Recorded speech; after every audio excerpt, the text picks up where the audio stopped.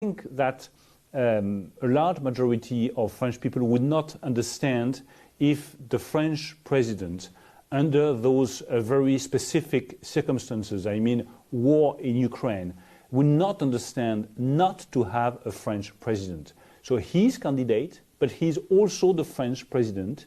He has to explain his program, and he's explaining his program. He's campaigning. We will have a very important meeting on the 2nd of April in Paris. But he is also the French president, and he has to face this international situation and this very specific and horrible situation of the war in Ukraine.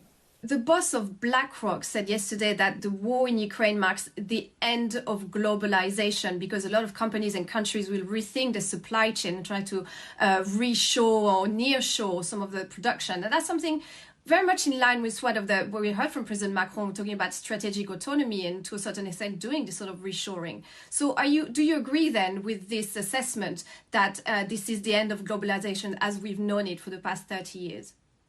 I would say that's the end of naive globalization. That's the end of the happy globalization, where everything is fine, everybody is happy, and if you want to find goods in China, in Taiwan, or in the US, but not in Europe, that's not an issue. You just have to rely on the supply chain from China, from Taiwan, or from the US. That's the end of this naive globalization.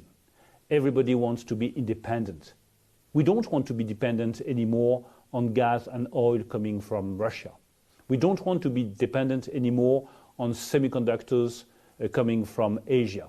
We want, as Europeans, to be more independent. We want to build our political, technological, scientific sovereignty. And that's exactly what Emmanuel Macron proposed in 2017. That's exactly what we are building now, taking stock of what is happening now in Ukraine, in Russia, with this terrific and horrible war in Ukraine. Of course, this might be costly, but this is an absolute necessity. We want to be more independent. We want to have this reshoring of key activities.